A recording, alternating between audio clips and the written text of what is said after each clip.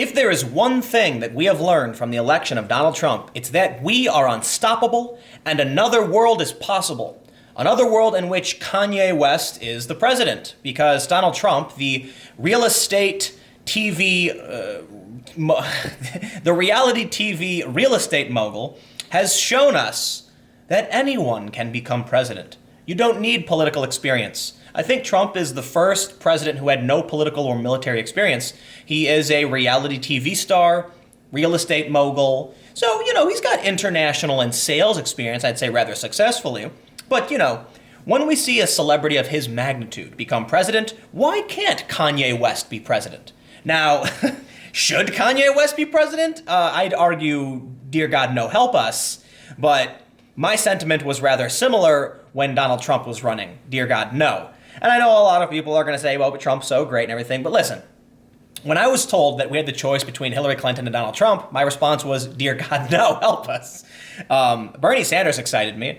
But, he gave up the podium. I talk about this all the time. Like, he just didn't seem strong.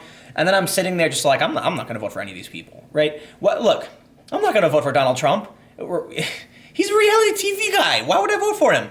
And then Hillary Clinton is a disaster. And she's like, let's just say the things that happened during her tenure in the State Department and her associate, like Bill Clinton, yes, different person, but come on, they're a family.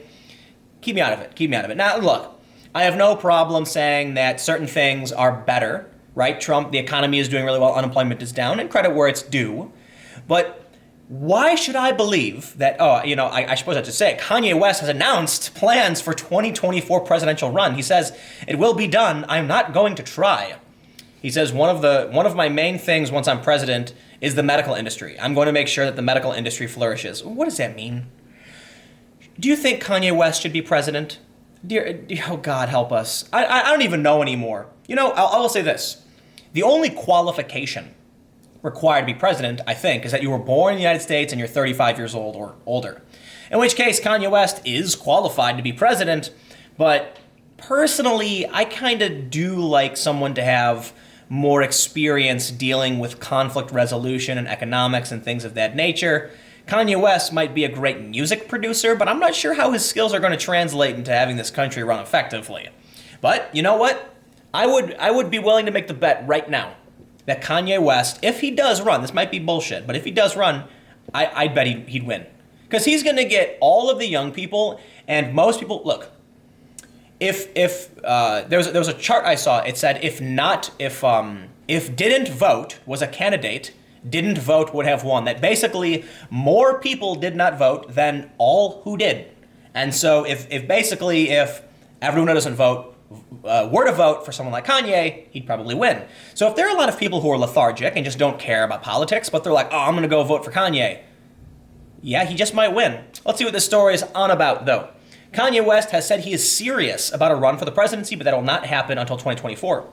He said, if I decide to do it, it will be done. I'm not going to try. The rapper and fashion designer said in a radio interview with Power 92 Chicago's DJ Ferris, adding, yes, 100%, it could happen in 2024. Okay, it's interesting how he phrased it. It could happen if he decides to do it. Sounds to me like he might be. I'll explain in a second.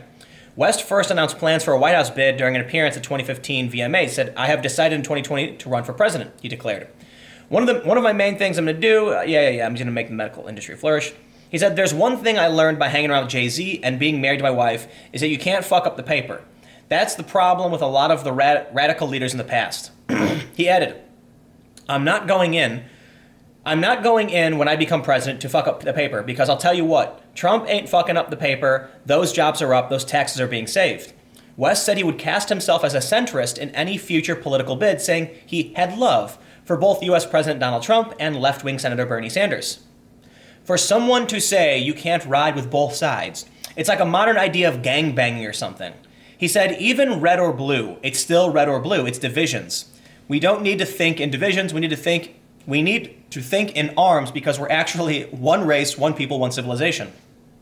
The hip-hop artist, who was married to reality TV star Kim Kardashian, made headlines earlier this year after showing support for Mr. Trump and being photographed in a baseball hat emblazoned with the president's slogan, Make America Great Again. All right, there's a couple interesting things that I want to point out in this article. First, They said Kanye West announces plans for 2024 presidential run. And then they put this quote, "It will be done, I'm not going to try." All right, here's the important thing. This got a ton of shares. This story is going crazy viral. But plans for a run is not a confirmation. The other thing is, he said, if I decide to do it, it could happen. There's a reason why he framed it that way. And I think this is actually a sign that he might actually run. If he says he is running, he immediately becomes subjected to a bunch of campaign finance laws. Right now, he can take money from anybody who wants. So by saying, if I do it, I could do it, he's opening the door, he's signaling to potential donors that they can give him money and he's going to run. But if he did say it was definitive, they can't, right? There's limits on how much you can donate to politicians. So that's why, Hillary Clinton was very coy with whether or not she was going to run, and she did a series of talks at high-profile, massive corporations. Like, I'm pretty sure Goldman Sachs, I could be wrong, but I'm pretty sure she got like $200,000 to speak at Goldman Sachs, a bunch of stuff like that. But there's another thing that I really want to point out, which he says, this is, you know what, Kanye, you've inspired me more than most politicians, because he said, for someone to say you can't ride with both sides is like a modern idea of gangbanging or something. He's right. Red and blue. That's really funny, the Crips and the Bloods. He's talking about divisions, and he wants to be a centrist. Wow, if Kanye, what's he going to do, run as an independent? I don't know. But if he wants to be centrist, and he says he wants to bring people together, well, that's already a message I can get behind. There's a lot of people who do treat it like tribal divisions. There are a lot of people who I see comment on like my Twitter saying, liberalism is a mental illness and things of that nature. And I'm like, you're talking about something different, right? Liberalism's totally fine. Liberal is the idea of live and let live and be free. But people are talking about leftists. There's actually a video that I tweeted out from Prager University, which does a good job of, it's actually came out today, I think, of showing the divide, the difference between what liberal and leftist means. So, for one thing, social liberals are on the left. Liberals typically liberals can be anywhere, right? Liberal just means like you're in the libertarian spectrum just south of center. Libertarian is further south, but you can be like a classic liberal on the right or a social liberal on the left, but typically it means you're going to respect people's individual rights and all of that stuff. But the leftists today are like authoritarians. And it's really scary because, I posted this poll where I asked if you could free a man who was falsely convicted of rape, but it meant 10 guilty rapists would go free, would you do it? And a decent amount of people, like a third of people, said they would not free this individual.